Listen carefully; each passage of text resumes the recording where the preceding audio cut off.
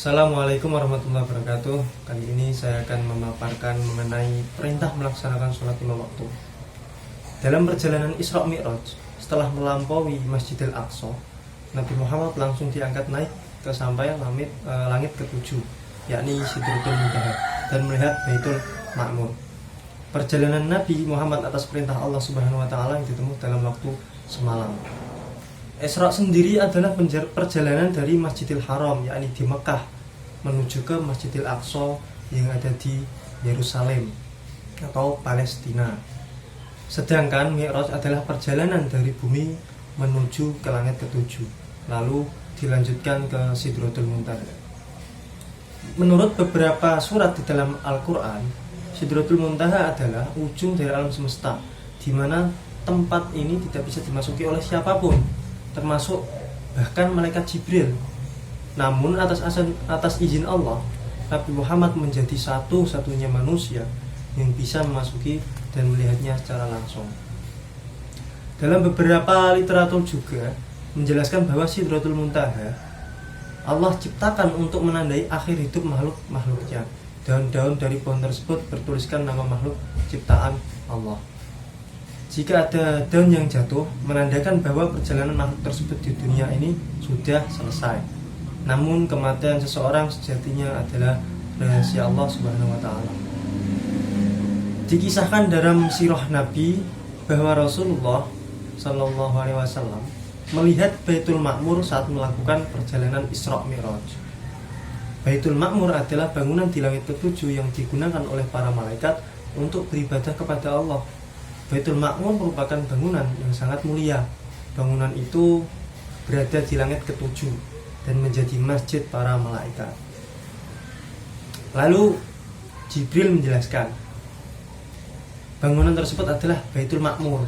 Setiap hari tempat ini dikunjungi 70.000 malaikat untuk melakukan sholat di sana. Setelah mereka keluar, mereka tidak kembali lagi ke tempat tersebut. Allah pun menjelaskan Baitul Ma'mur dalam Al-Quran surat At-Tur ayat 4-6, yang artinya demi Baitul Ma'mur, demi atap yang ditinggikan langit, demi laut yang di dalam tanahnya ada api. Keberadaan Baitul Ma'mur di dunia bisa disamakan dengan Ka'bah, rumah suci Allah, dan menjadi tempat ibadah para manusia. Ketika mengisahkan peristiwa Isra Mi'raj, Nabi Muhammad mengatakan, kami mendatangi langit ketujuh. Lalu aku mendatangi Nabi Ibrahim. Aku memberi salam kepadanya dan beliau menyambut, selamat datang putraku sang Nabi. Lalu aku melihat Baitul Ma'mur. Aku pun bertanya kepada Jibril, ini adalah Baitul Ma'mur. Setiap hari tempat ini dikunjungi 70.000 malaikat untuk melakukan sholat di sana. Setelah mereka keluar, mereka tidak akan kembali lagi ke tempat ini. Hadis riwayat Bukhari 3207 dan Muslim 162. Imam Bukhari meriwayatkan pada saat peristiwa Mi'raj, Nabi Muhammad SAW berada di Baitul Ma'mur. Allah mewajibkannya beserta umat Islam yang dipimpinnya untuk mengerjakan sholat 50 kali sehari semalam. Nabi Muhammad menerima begitu saja dan langsung bergegas. Namun di tengah perjalanan, Nabi Musa alaihissalam memperingatkan, umat Muhammad tidak akan kuat dengan 50 waktu itu. Aku telah belajar dari pengalaman umat manusia sebelum kamu. Aku pernah mengurusi Bani Israel yang sangat rumit. Kembalilah kepada Tuhanmu dan mintalah keringanan untuk umatmu. Nabi Muhammad kembali menghadap Sang Rabb, meminta keringanan, dan ternyata dikabulkan. Yang awalnya 50 waktu menjadi 10 waktu. Nabi Muhammad pun bergegas, namun Nabi Musa tetap tidak yakin umat Muhammad mampu melakukan sholat 10 waktu itu. Kemudian Nabi Musa memberi saran, mintalah lagi keringanan. Nabi Muhammad kembali dan akhirnya memperoleh keringanan menjadi hanya 5 waktu saja. Dari 50 waktu, kemudian 10, dan akhirnya dipastikan menjadi 5 waktu saja. Sebenarnya Nabi Musa masih berkeberatan dalam 5 waktu itu dan menyuruh Nabi Muhammad untuk kembali meminta keringanan. Namun Nabi Muhammad tidak berani. Aku sudah meminta keringanan kepada Tuhanku sampai aku malu. Kini aku sudah ridho dan pasrah. Nabi Muhammad memang mengakui bahwa pendapat Nabi Musa alaihissalam itu benar adanya. 5 kali sholat sehari semalam itu masih memberatkan. Namun 5 waktu itu bukanlah sudah merupakan bentuk keringanan. Demikianlah sholat telah diwajibkan bagi Nabi Muhammad dan para pengikutnya sejak diturunkannya firman Allah pada awal kenabian. Hai orang yang berselimut, yakni Muhammad, bangunlah untuk sembahyang di malam hari, kecuali sedikit daripadanya. Quran surat Al-Muzammil 73 surat pertama sampai 19, ayat pertama sampai 19.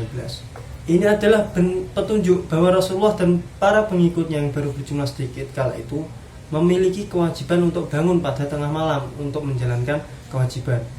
Menurut Ibnu Abbas, Ikrimah, Mujahid, Al-Hasan, Qatadah, dan ulama salaf lainnya, kewajiban sholat malam dihapuskan setelah ayat ke-20 atau ayat terakhir dari surat Al-Muzammil ini diturunkan oleh Allah. Pelaksanaan ibadah sholat menunjukkan bahwa Baitul Maqdis di Yerusalem, di Palestina, merupakan salah satu tempat yang sangat penting posisinya dalam agama Islam sebagai kiblat pertama umat Islam. Kurang lebih 13 tahun lamanya Nabi sholat dan para pengikutnya menghadap Baitul Maqdis sebelum akhirnya Allah memindahkan kiblat umat Islam ke Ka'bah, yakni di Makkah di Arab Saudi. Pemindahan arah kiblat ini terjadi tengah-tengah ibadah sholat sedang berlangsung. Masjid tempat dilaksanakan sholat ketika perintah berpindah kiblat ini diturunkan hingga sekarang disebut sebagai Masjid Qiblatain atau Masjid Dua Kiblat.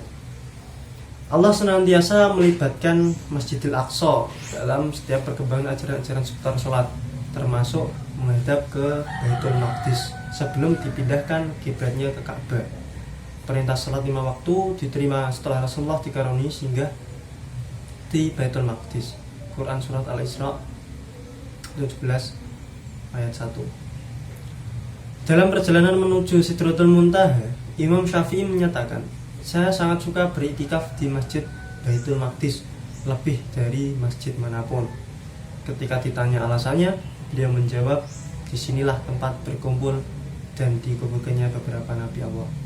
Itulah secara singkat syariat kewajiban melaksanakan sholat maktubah atau sholat 5 waktu disyariatkan kepada umat Islam atau umat-umatnya Nabi Muhammad. Sekian dari saya. Wassalamualaikum warahmatullahi wabarakatuh.